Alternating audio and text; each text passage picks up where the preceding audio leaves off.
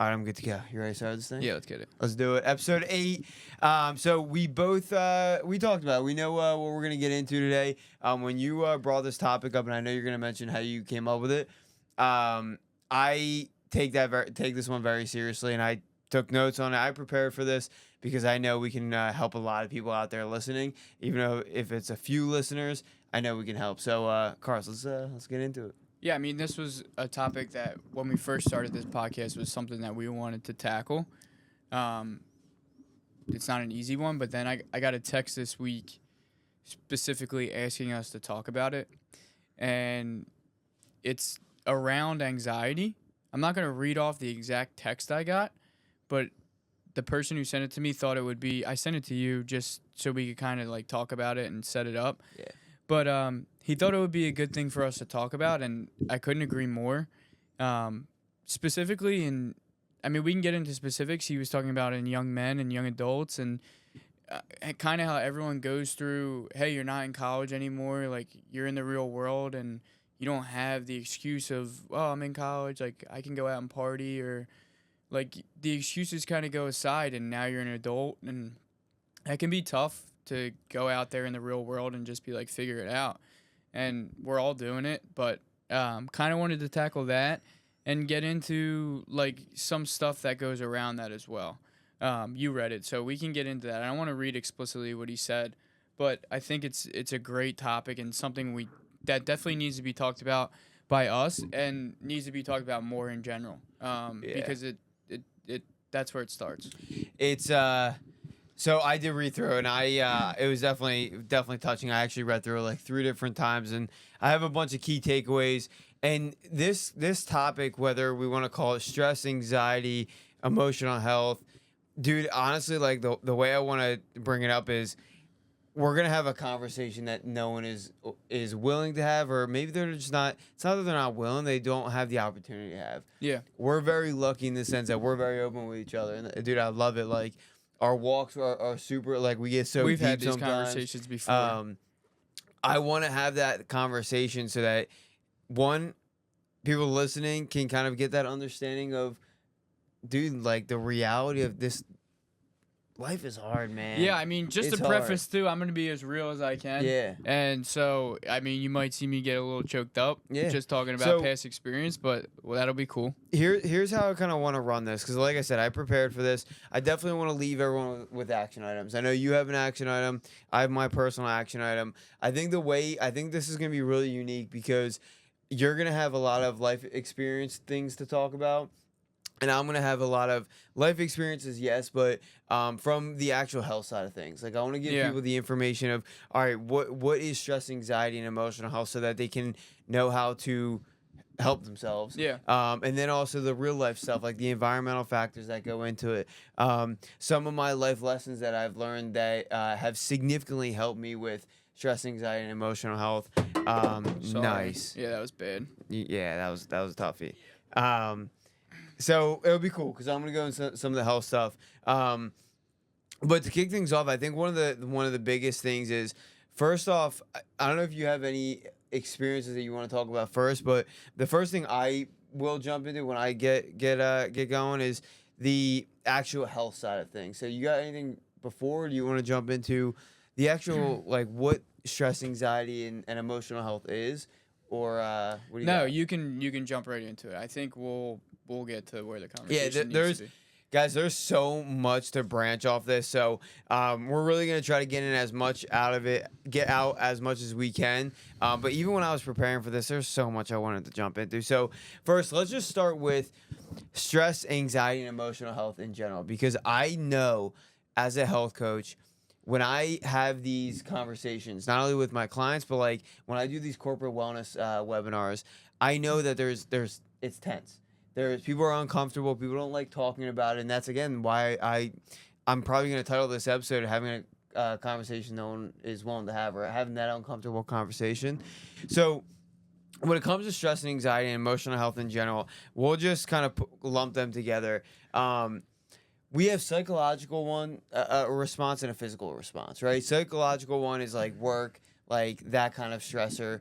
Super, your mind is thinking about so many different things. It affects your sleep.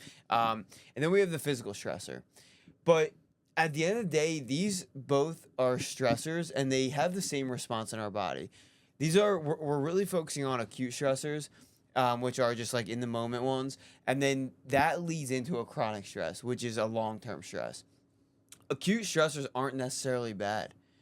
Chronic stress is bad, right? And because, for example, acute physical stress that's actually really good for us is exercise. Every time we exercise, we're putting stress on our body. But as we've talked about in other episodes, like we recover with rest, and that leads to growth. And I think whether it's a physical response or a psychological response in the acute moment, all of those can lead to growth. Perfect example is if you think back to some of your hardest projects, hardest moments, hardest times in life, they're probably your most impactful and probably your most beneficial, right? And I do believe whether that's like going through a relationship or going through a relationship breakup or going through the death of a family member, like, dude, those are hard things that we all go through in life that when you just get to the other side, no matter how hard it is to get to the other side, man, like you see the value and you see the growth in yourself.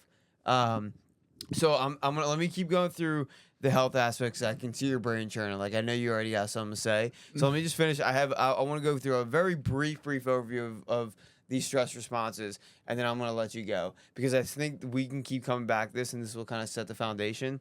So again, we have acute stress and chronic stress. Acute stress in the moment, chronic stress long term. Acute can lead to that long term. All right, both of these stressors can be managed. Also, both of these stressors could lead to positive things, lead to growth. They can also lead to what most of us are going through, negative long-term outcomes as well.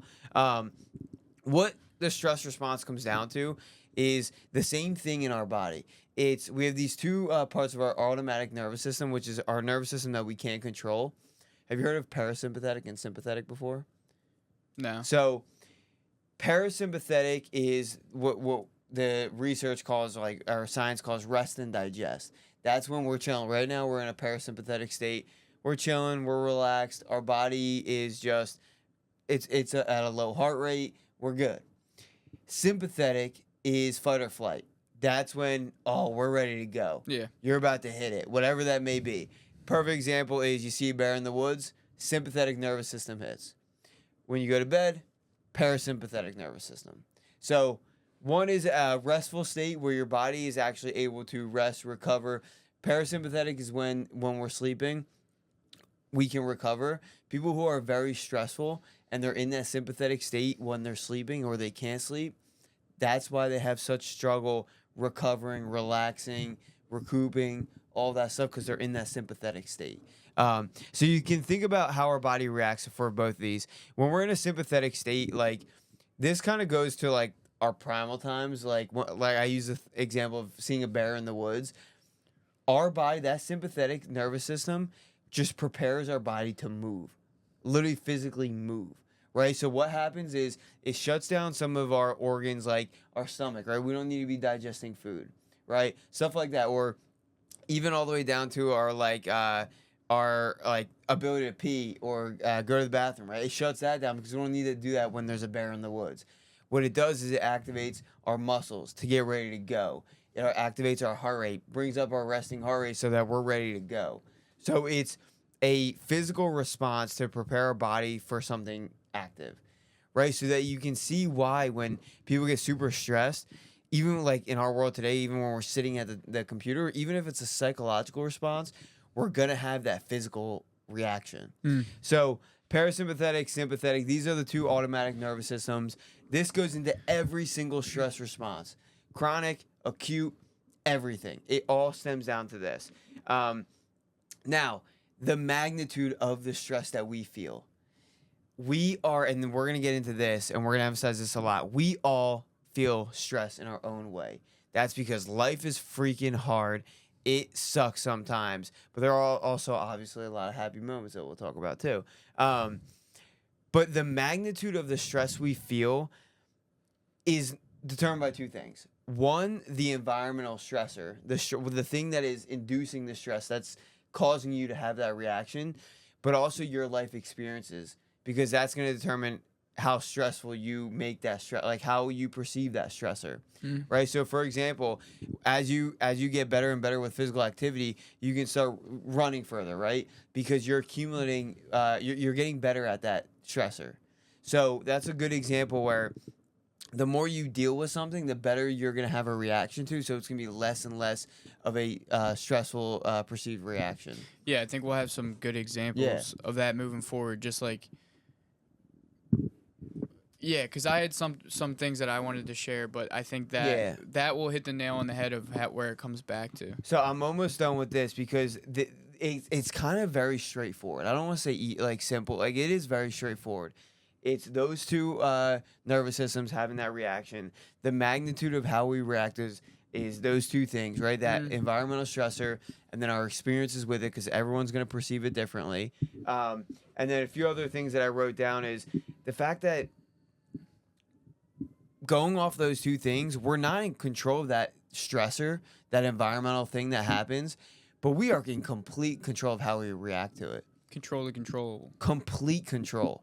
And I also, when we go through the action items, I'm going to go through things of how you can control those things better, no matter how significant that environmental stressor is.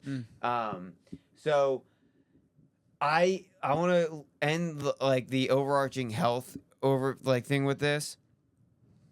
And I think this is very important.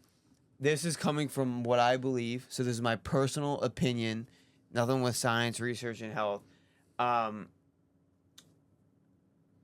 I don't believe, and I think this is a societal norm, I don't believe the solution to stress, anxiety, and good emotional health is to avoid it. I think avoidance is going to put people in a significant worse spot. I think what people need to understand is that is life. That is, and now we're kind of transitioning over. That is life. We can turn a stressor into a positive thing. I think we need to focus on attacking that. So I'm gonna segue it into you because I want to go on that spiel real quick. No, that was good. That was cover that, and now That was good. No, that was a perfect segue. And then I think talking about it is the number one, because everyone's natural instinct is to, like, or at least what I felt was to, like, bottle it up inside and, like, hey, I can figure. I'm a grown man. Like, I can figure this one out on my own. It's way easier to just talk about it, and it's so much easier said than done. But I'll just, like, talk about a little bit of my experience. Not that, like, anything's crazy, but just from an experience standpoint. I a couple years ago was, like, just going through a tough time, and I kept it all inside and didn't really talk much about it. And I'm not gonna say, like, specifically who it was, but I was with another gentleman who I look up to, and, like, he's successful, and he's what I strive to be like in a way. Not fully, but in a way. And we were working out, and he mentioned, or I said at the end, I said, dude, isn't it crazy? Like, you start working out, like, you're lifting, and, like, just the mental things it does for you. Like, kind of like, because I felt it. I was starting to get into a rhythm back at the gym, and I was like, oh, dude, this works wonders mentally. And he looked at me, he's like, bro, are you good? I'm like, yeah, what do you mean? He's like, you're going through it a little bit, aren't you? I was like, nah, what do you mean? He's like, I've been there, dude. I know exactly what it's like. And it was, like, it was so real to hear that. And then, like, oh shit, like, this dude who I thought had it all figured out, like, does well, makes good money, had it all figured out, was like, bro, I know exactly what you're doing. I know exactly what you can't hide from me. I know exactly who you are. And we've been open with each other ever since. And it's like, thank God, because from that day moving forward, it was like a monkey was off my back. It was crazy. All I had to do is be like, and I could have went to you, or I could have went to any of my friends, and they would have, without a doubt, had a conversation with me and had that same thing. But just, like, the mindset is, like, you want to hold it in, which is crazy, because all you should be doing is letting it out, and that monkey goes like that. Yeah. That's going to kind of stem into some of the environmental factors I want to get into later. But, dude, I think You got to talk it out. Yeah, so I think the theme of this is, and we mentioned it before, like, we don't want to specifically say, like, men are going through this more, but it's something that I've realized. We actually started a men's group in our community, and what I've realized is we're all going through it. That's the first and foremost thing. Yeah. Like, no one has this I can figured say out. that till I'm blue in the face, but like, believe it. Like, believe it. You look to the person to your left, person to your right in the traffic. Every single person is going through it in their own way. There's dudes on that football field you watch in the Super Bowl. They're going through it. Are you like? AJ Brown talked to. Do you ever see that AJ Brown interview? Mm-mm. Dude, so good. Yeah, this again, like I keep saying, but this world is so hard. Everyone is going through, and that's obviously going to be an action item of just like we all are going through it in our own way. But I think one of the biggest things that you said is that like, look, no one also has it figured out. You look at the top athletes, the top entrepreneurs, the most successful people in the world, Elon Musk. No one has it figured out. But I want to go through some of these environmental factors, some of these societal norms, because I think one of the biggest societal norm that you mentioned is to hold it in is the best solution. Yeah, I don't want to like say that girls don't do that because I'm sure they do. But I know specifically like because I know multiple guys that they seem like they just want to hold it in, and like I'll figure it out on my own. Like we don't talk emotions. I'm a grown man, and it's like, dude, you're gonna be better if you just whether it's your buddy. And that's another thing. I'm super grateful. Like I got a great support group around me of loved ones. Like I actually want to use it as an example. I texted Anthony last night and said anxiety, and sent him a paragraph on why we should do it, including my buddy's text. He called me right away. Didn't even respond to the text. Said, "Bro, are you good?" Because we've talked about it before. Bro, my heart. I know. I'm telling you right now, because the first thing I didn't even read. The first thing I saw was anxiety and then a long paragraph. So I didn't even realize that it was the text from him. I freaked out. Which dropped it, everything. Which I was like, he was like, "Yeah, are you good?" I'm like, "Yeah, dude, I'm sitting on the couch. Like, what's up?" And you're like, "Nah, like you texted me," and I was like, "Yeah, for the topic for tomorrow." And you're like, "Oh, all right, cool." I was like, "Wait a second, were you checking up on me?" He's like, "Yeah," but my point is, find those people that you trust and like your loved ones, because I'm lucky. I can name like a lot of guys right now that I could text that same thing and they would do the same thing. Yeah. So, but I'm lucky in that front. Not everyone is. So find those people that you care about, or maybe it's like a therapist or something like that. That it's definitely helpful to talk it out. So that was one of the things that I have this list of environmental factors right here, and there's two of them that go into what we're talking about right now. That's number one, the lack of deep relationships. Yeah. And the second one, and I think this leads to it, is the loss of purpose and fulfillment. And I think one of the biggest problems in this tech world today is that the easiest relationship that we can find is online. And that is not going to we are social creatures, in-person social creatures. This stuff is new to us. We don't get that same benefit and that like mental clarity that we would get from an online thing. It's just not how we work. Yeah. We are in-person emotional beings. And I think that's one of the biggest and important things is if you need to start online, absolutely. Like if you're that kind of at that level in the beginning stage of really trying to focus on it for yourself, start online.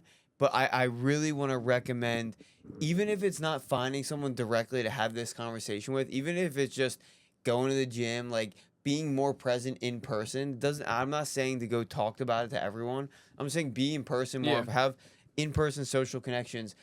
Man, what that'll do for you. That will lighten up your day.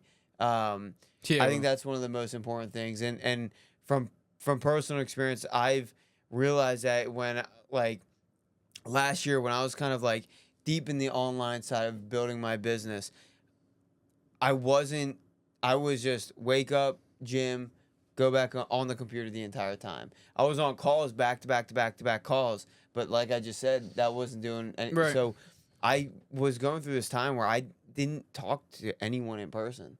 And because I didn't go out on the weekends, I was working. It was bad. And I realized I was like, this has got to change. And so I changed my environment. But that was one of the biggest things. Is I think action item one is in-person social connection. Find a group of something that you're interested in. What are you interested in the most, right? For me, I'm interested in running or triathlons. I'm gonna go find a run group or a triathlon group. Not only are you getting exercise in, but you're finding people that you have this similar interest Yeah. in. Yeah. Yeah, I think a good point that I talked about with the friend I was texting with. You talk about how everyone's going through it, or like not everyone's going through it, but everyone's trying to figure it out. We're all living the same life, trying to get from point A to point B. Nobody has the answers. Let's just stop for a second, and if you're listening, like, you're doing enough. Like, don't think you're not doing enough or you're not good enough or this or that. You're doing enough. You're doing just fine. Right? You woke up every day just like everybody else. You might be going to a job, you might be going to the gym, you might be walking, you might be talking to your friends, to your parents. Your presence is making impact on other people's lives more than you even know. Can we keep going with that and talk about, I think one of the biggest problems, again, this could be young individuals, we could say, I mean, older individuals. It could be there is no age right? group. It doesn't, mental health does not discriminate. Yeah, but what I want to really focus on is I feel like a lot, and I don't want to say most, but it feels like most people, especially young people, is why I said this, feels like they're not doing enough. They're not good enough. They have no sense of direction, right? Like, they are in this mentality of, you got to follow these steps, right? You got to go to high school, you got to go to college, you got to get this job, then you got to work that job and keep getting promoted and make more money, then you got to have a family, then you got to retire. And when you're done school or you're done that phase, like, you're done partying, you're done hanging out with friends, it's now time for you to focus on your career. You go to work, you come home, you make a fuck ton of money, you go whatever, and then all the while you're like going through, you're like, this isn't making me happy. So that's my question. Says who? Yeah. Says who? Why do we have to do that? Why do we have to follow that path? Because if we are following that path, right, that's the societal norm. That's what everyone's, the average path.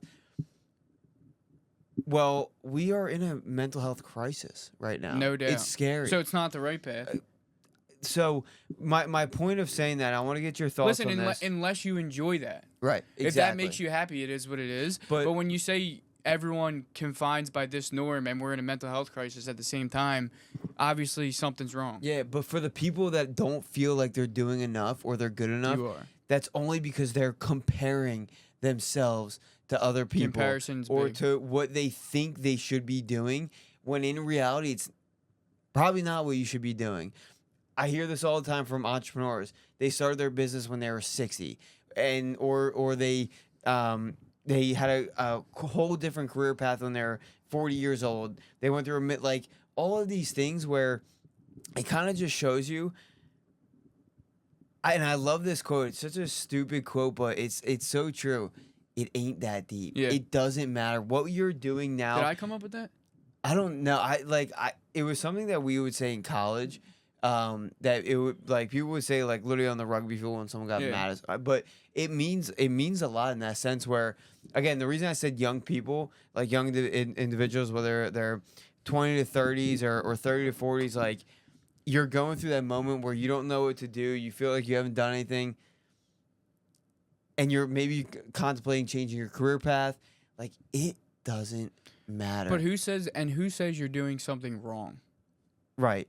And I think one of the things that we can really focus on, another action item, is stop living life to try to fulfill what other people want. Or society wants. Because, again, we talked about this in the other, I forget which episode it was, where we were talking about, like, our biggest life lessons. And I was talking about, like, keep the end in mind. If you want to look at that again, and at the end of the day, the only thing that matters is how you leave this world, how you perceive the things that you did in this world. Why does what you did to someone else and their thoughts matter? Yeah. So I think the thing that I want to focus on, that one of my takeaways from that was that if you're in this spot where you don't feel like you're doing the right things, Says who? Yeah. Says who? Just bounce around jobs. Find something that you enjoy.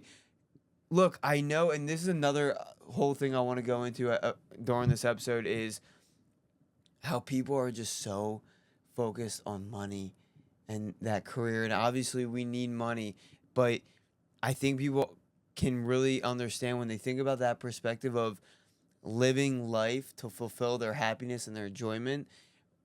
Money is going to play a part in that. It's going to help that. Yeah. But it's not the end goal. The perfect example of this is how many successful people work and work. They have a vision board, right? And they have a Ferrari on their vision board. And I know this story, this is from an entrepreneur that I read specifically. They worked and worked and worked in hours and hours and hours and built a successful business and got the Ferrari.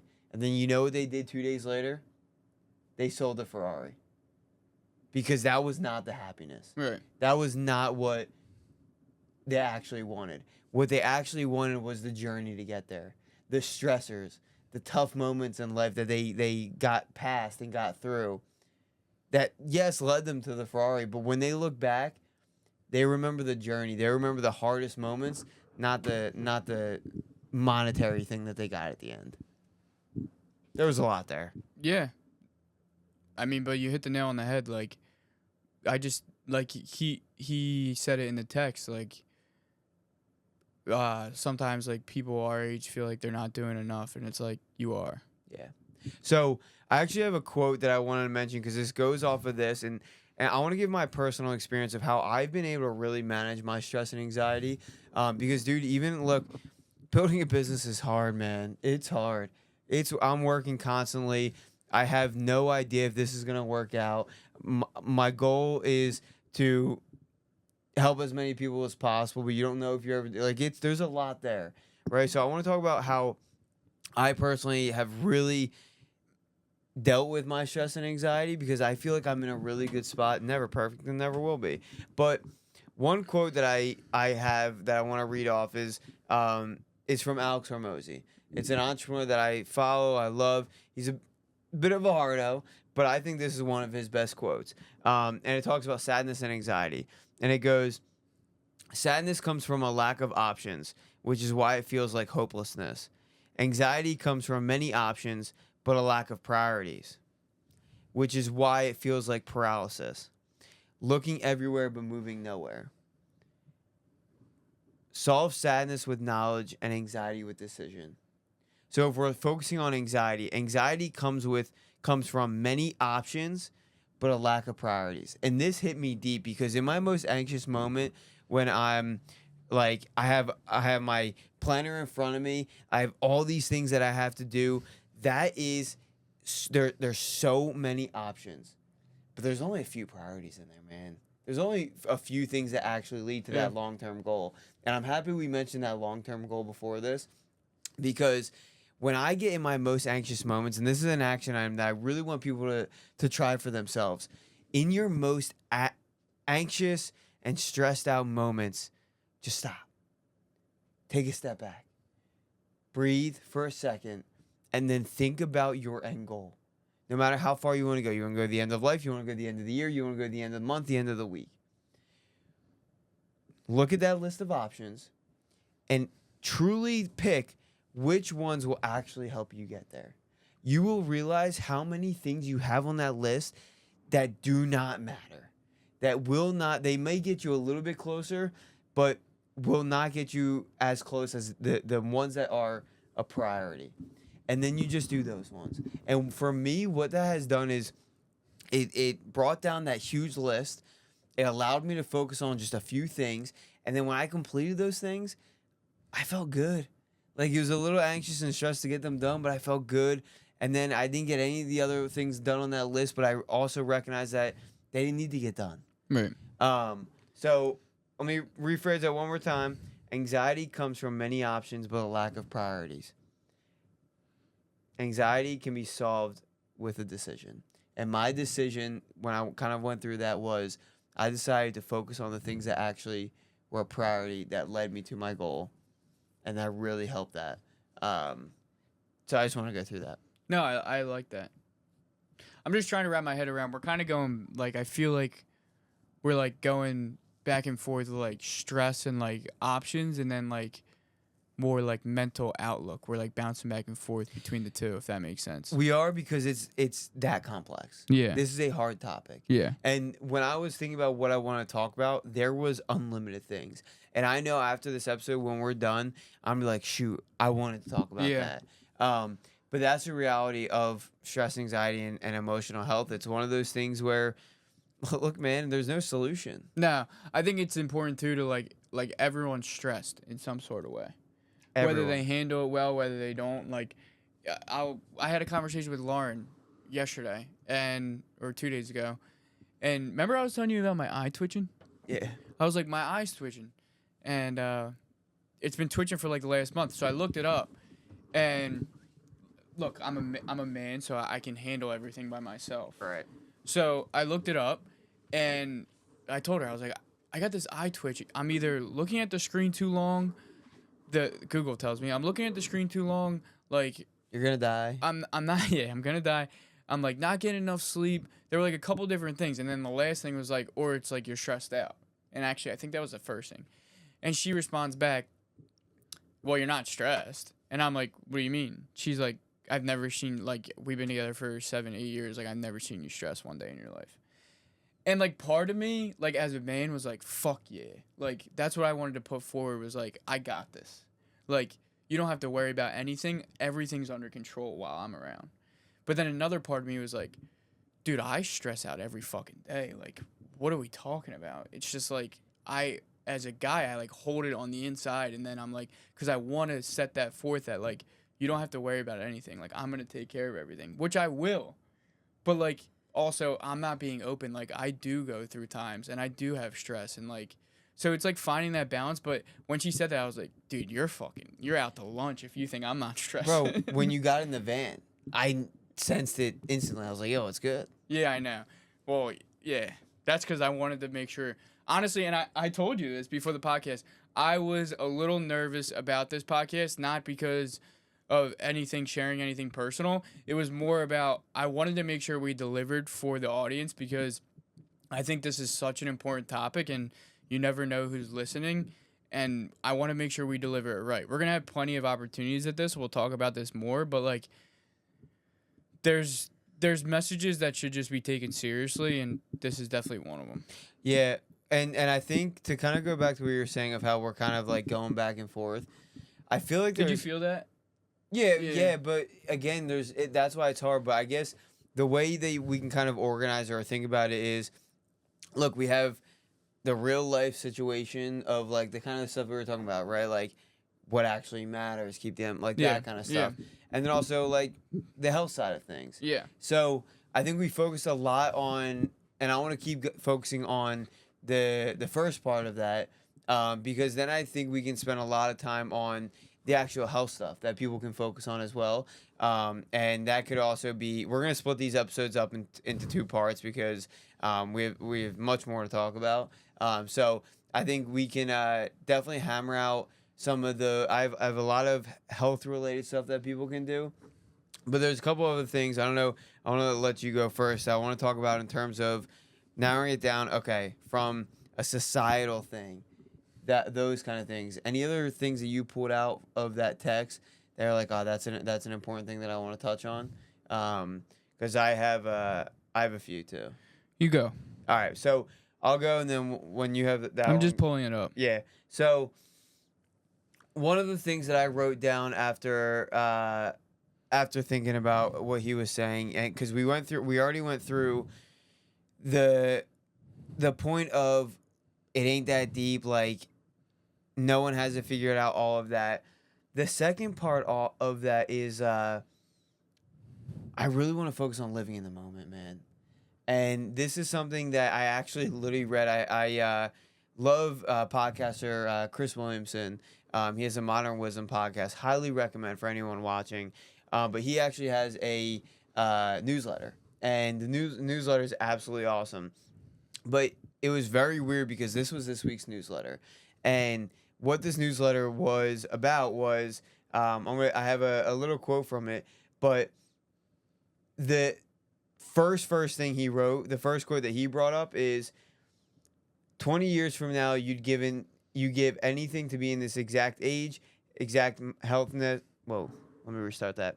20 years from now, you'd give anything to be this exact age, exactly this healthy, in this exact moment. Take a second to enjoy it, right? And my takeaway from that is we do not live in the moment. One of the second quotes from this whole thing is, literally the next one is, we trade the thing we want, which is time, for the thing which we're supposed to get, which is money. And I think part of this mental and emotional health crisis or situations that people are going through is because we're not living in the moment. We're so worried about that next move, that next step. It's tough. Yeah. I just looking back at his text, one of the main things I wanted to talk about, and we can kind of answer this together. I can say what worked for me in the moment, but you're always working towards it. Is like, as a guy, it's hard to tell other guys that they're anxious and lost in life. And like, I think a lot of people feel lost. I can say for me, I did. And I kind of touched on this when we were talking about the goal setting. I think taking a step back, and if you go back and watch that episode, I think taking a step back and setting your goals, you won't feel as lost. Like, I felt like I was running around, like, I had goals, but, like, not really. Like, I had them and then, like, was just hoping that they came true, like, basically like a lottery ticket. And I was just running around doing whatever I got called to. I went to work. I went and played men's sports. If Lauren wanted to go out, we went out, like, whatever. And then all of a sudden, like, 3 years have gone by, and you're like, I really just didn't accomplish anything. Like, I still just go to work. I still just play men's leagues. So, not saying that stuff's wrong at all. I still do all those things. I'm just saying I had more structure in my life that made me feel less lost when I took a step back and set my goals. So, we talked about it before. I set my lifetime goals. I set my 5-year. I set my 1 years. And that feeling of being lost in life or not accomplishing anything went away very fast. Kind of connects the two. Do you feel like you were able to kind of live more that day-to-day moment? Yeah, because now I write down every day what I need to get done. And once I get that done, I can do other things, like whatever it may be. And although I might have been doing those other things anyway, at least I have a sense of accomplishment that I got stuff done towards my goal that day.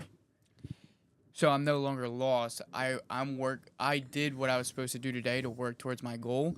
Now I can do whatever the fuck I want. Right, dude? You going back to that quote, you took all of those options and you made priorities. Yeah. That you chose the stuff that actually mattered. Yeah.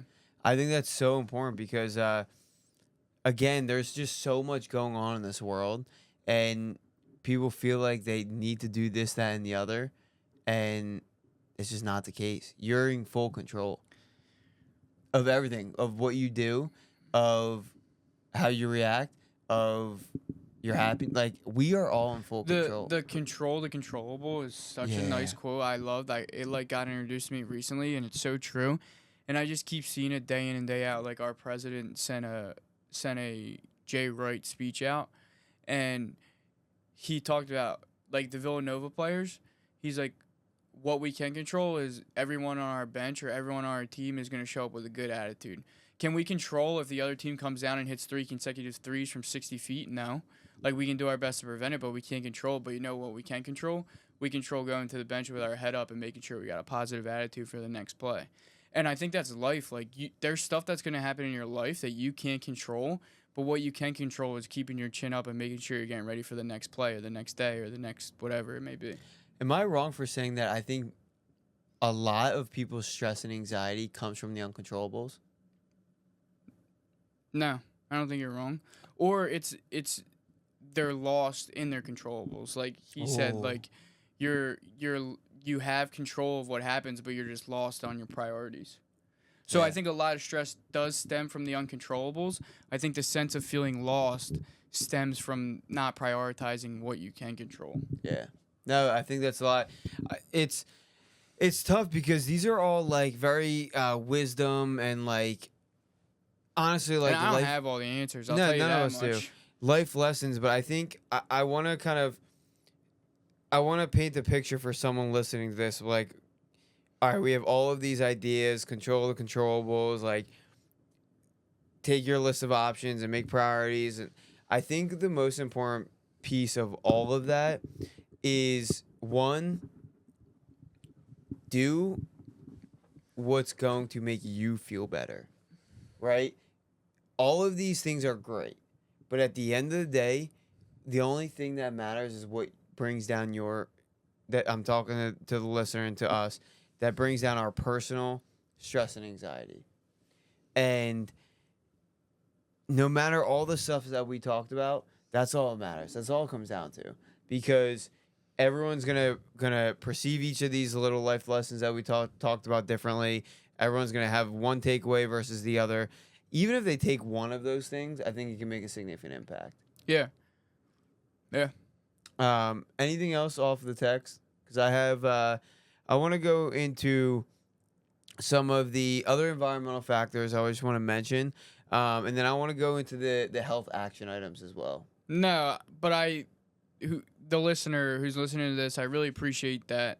And I told him that, and he was like, "Are you being serious?" I'm like, "Cause I joke a lot. Yeah. I joke a lot, and you can see if you guys have listened to other episodes, I'm being serious, very serious, this specific podcast, because it's a serious topic, and I know people are listening who have gone through it or need some advice, and anything is worthwhile. So I appreciate him being open with me, as he has been throughout our whole relationship and continues to, because he's helped me as well. We're going to end part 1 with your action item. I know you have an action item.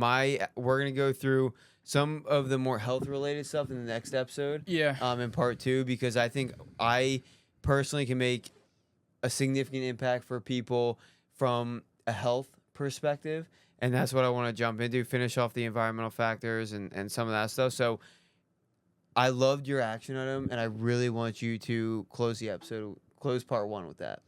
I'm going to do 3 highlights. Some of them might be actions. My first highlight is, like, when it comes to stress, anxiety, mental health, depression, like whatever you want to call it, whatever bucket you want to put it in, you're not alone.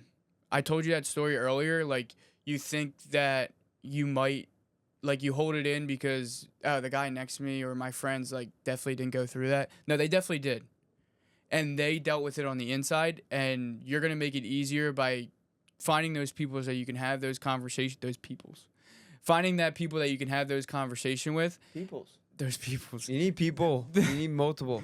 Finding those people you can have the conversation with, real conversations, and you're going to find it's going to make it way better than holding it in, and that they can relate to you way more than you think they can. 2, and it might stop at 2 because I forget what 3 is already, but 2, if you have an important male in your life, this is a call to action, because I don't think people say this enough. If you have an important male in your life, whether you're a girlfriend and it's your boyfriend, or it's your husband, or it's your son, or it's your friend, your best friend, or just any friend. I don't care if you're 12, 10, 50, 100, 22. Check in on them. Make sure they're good. We're all going through stuff. We're trying to figure out life. Men and anyone going through it want to talk about it, but they won't talk about it unless you ask them. If I had been asked at certain points, I would have spilled way more. And we had the conversation. Like, we've sat here and you've been like, "You good?" And I've been like, "Are you good?" And we've had, like, deep conversations where we've shared stuff that it's nice to be able to have those conversations. So my call is, if you have an important male in your life, or even the males to the same way the other side, check in. Everyone's going through it a couple times a year, however so often. Check in with them. They want to talk about it. They just don't. I also think, depending on your relationship with a person, it shouldn't just be a, "How you doing? What's up? That's you not good?" it. You're not going to get anything out of that. I think a really good question, just to get right to it, is, what's the biggest thing stressing you out right now? Yeah. Let's talk about it. Yeah. Because they're going to take a second and be like, "Oh my gosh." Yeah. And the reason why I like that question too is because, like we said, everyone's stress level and reaction to whatever it is different. So everyone's going through some form of stress. So they have an answer. If they tell you no, they're lying. Yeah. There is some form of stress. Push them. And don't push them to be uncomfortable, but like I would do it too. They're gonna dodge the question 2-3 times, and then after the third time or after 2 months of asking them, they're eventually gonna be like, they're gonna open up to you, and you're gonna be like, where the fuck has this been the whole time? And it's like I don't know. I just needed to feel that comfort to be able to say it. Yeah, and I think after the question, if that person that you know has something that they're holding in that you want to get out of them, I think it's very similar to your story about the gym where you be real with them. Hey man, I'm going through stuff too. Yeah, that was Talk to crazy. me. With that, when he said that, I was like, dude, this is just. So I think that was awesome. Yeah, I know Lauren's gonna watch this video and been like, what the fuck is going on? Yeah. I haven't heard any of this. No, dude, this was awesome. I love that. Part 2, I'm excited about. We're going to go through what you can do, not only because this was more of just like a mentality type of an episode. Yeah. Let's go through key action items because there are things that our society is not set up for that is irking me. And then there's things that people can do with their health that they can really change it around. So I appreciate everyone watching. For watching or listening to episode 8. We're gonna literally go right into episode 9 right now. Yo guys, everything's all good. We're getting through this together. We're good. Also, we're here if you Always. need someone. Always. No matter who it is. Find our number. Listening. All right. Peace. Peace.